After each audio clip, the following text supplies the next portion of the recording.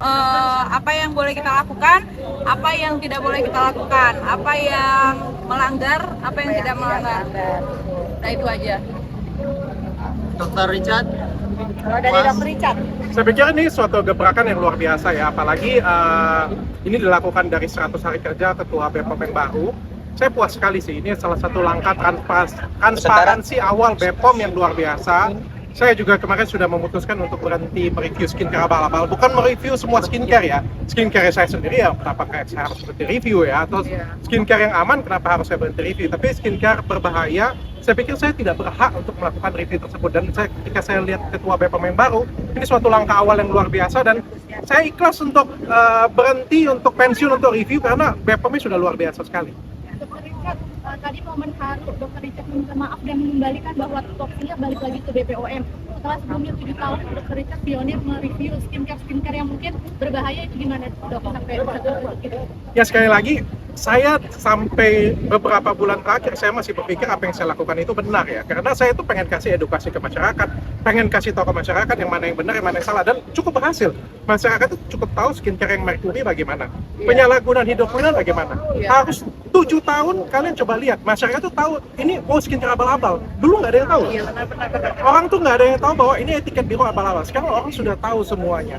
Tapi sekali lagi setelah saya renungkan, karena banyak huru-hara yang terjadi, ternyata ini bukan tugas saya, ini adalah tugas BPOM. Dan ketika tugas saya diambil oleh orang lain, ditiru oleh orang lain, dan tidak sesuai dengan tupoksinya, akhirnya huru-hara seperti ini yang terjadi. Mohon maaf ya, kalian boleh lihat ya, yang dulu jualan skincare abal-abal, ini tanpa menyinggung siapapun ya, yang dulu jualan skincare abal-abal, sekarang apa kerjaannya? Nge-review skincare abal-abal.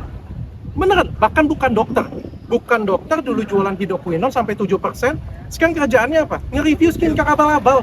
Bagaimana cara nyucinya? Kan saya jadinya, aduh kok cara saya ditiru untuk contoh ya? iya, contoh, tapi tidak baik Kak Fitri. Makanya saya bilang, ini sudah nggak baik lagi, ini sudah tidak tepat lagi. Makanya saya bilang saya mundur, dan saya mengakui saya salah. Ini pekerjaan bukan kerjaan saya, ini harusnya pekerjaan BPOM. Saya mundur dengan ikhlas, saya balikin semuanya ke BPOM. Dan saya harap BPOM juga bisa mengemban tanggung jawab ini penuh. Berarti dengan banyaknya oknum-oknum yang meniru Dokter Richard tidak menutup kemungkinan bahwa mereview skincare adalah menjadi ladang cuan, dok? Bukan review skincare jadi ladang cuan. Review skincare itu membuat seolah-olah kita itu hati-hati ya. Review skincare itu bisa titipan. Titipan untuk menghancurin pesaing.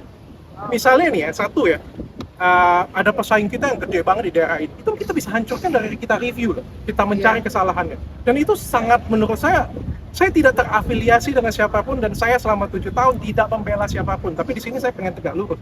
Tapi hal itu benar adanya terjadi. Bahwa ada titipan, ada namanya teman, ada namanya. Saya tidak menjurus ke satu orang ya, karena kan ada banyak yang mereview seperti ini punya. Dan sekali lagi menurut saya ini tidak pantas, sudah tidak jelas lagi siapa yang lebih lucu lagi. Yang review itu dulunya jualan skincare abal-abal. Saya keluar dari sini, saya balikin semuanya ke BPOM. Dokter, tadi sempat juga Kepala BPOM menyinggung soal transparansi dan juga skincare overclaim. Menurut pendapat dokter sendiri seperti apa mungkin ketanggapan dari Kepala BPOM tadi mengeluarkan statement soal transparansi dan juga skincare overclaim itu seperti apa, dokter? Selama ini yang bermasalah dari BPOM sebenarnya semua peraturannya sudah bagus, cuma komunikasinya ke masyarakat yang mungkin kurang ya. Saya nggak ada aturan saya, 7 tahun saya kasih edukasi, saya tidak pernah membuat aturan saya.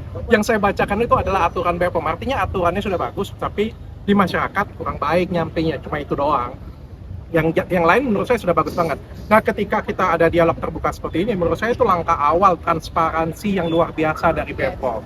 Menurut saya itu sudah luar biasa. Sebagai pelaku usaha skincare, apakah nanti akan di produk-produknya juga akan melakukan transparansi juga nih dokter sebagai pelaku skincare gitu untuk mempercayai ke konsumen bahwa ini tuh ternyata produknya tuh nggak overclaim atau mungkin ada transparansi di situ.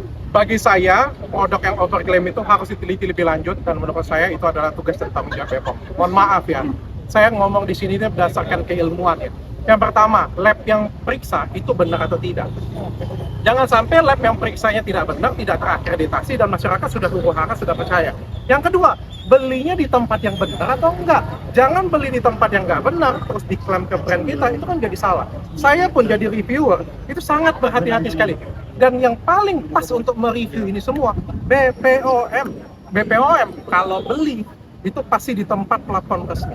Yang kedua, BPOM kalau menemukan kekurangan kesalahan, BPOM selalu mengajak diskusi dua arah. Benar. Apa ini kurangnya? Kenapa seperti ini? Diskusi Ditanya, dulu. ditanya loh. Jadi ditanyain, sekali lagi saya nggak pilih siapapun ya. Ditanyain, dan ini kan tidak dua arah.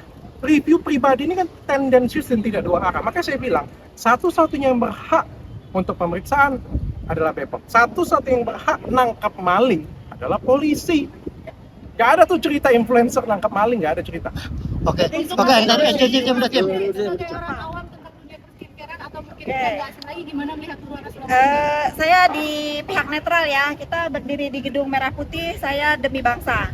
Pertama-tama saya mengucapkan apresiasi terhadap adik saya nih ya, Dr. Richard, karena sebaik-baiknya orang yang baik itu adalah orang yang mengakui kesalahan. Dan kesalahannya itu disampaikan langsung di depan BPOM, karena memang tugasnya BPOM. Depan umum ya, bagus, keren. Kedua, acara ini itu sangat menarik ya, dan saya rasa ini menjadi harus diumumkan oleh teman-teman media semua. Jangan masyarakat terprovokasi oleh oknum-oknum yang sering mereview tanpa aturan.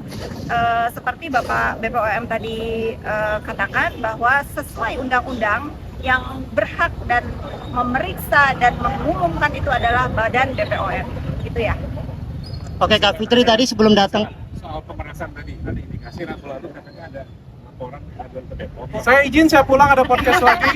Sekali lagi saya profesional, tidak terafiliasi dengan pihak manapun. Kalau Iya. pemerasan nanti Saya pamit ya. pihak Saya Bapak pamit semuanya. kepolisian aja nanti yang Jangan maju-maju menjelaskan dulu. nanti. Tunggu waktunya aja.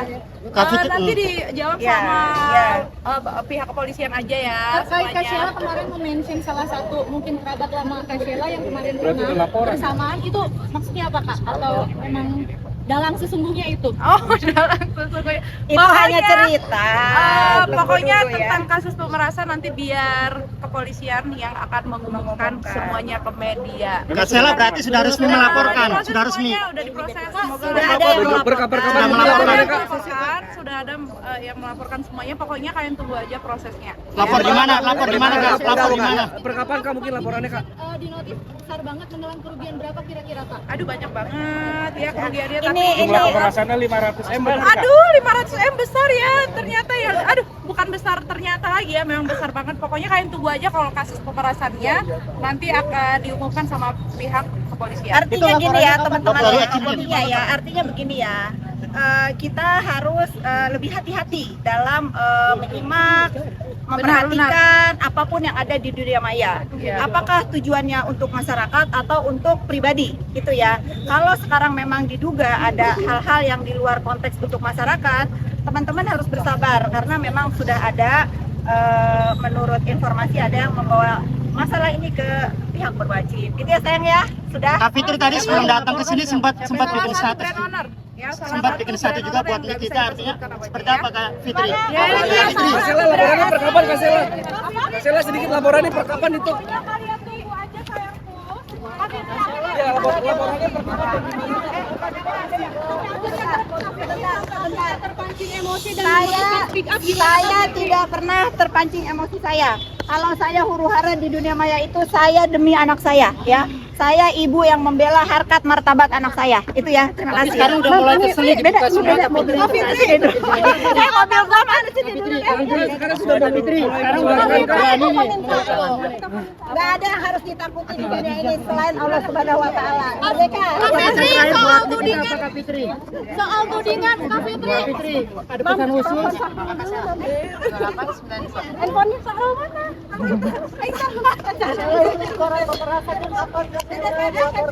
Pokoknya dalam waktu dekat. Terima kasih.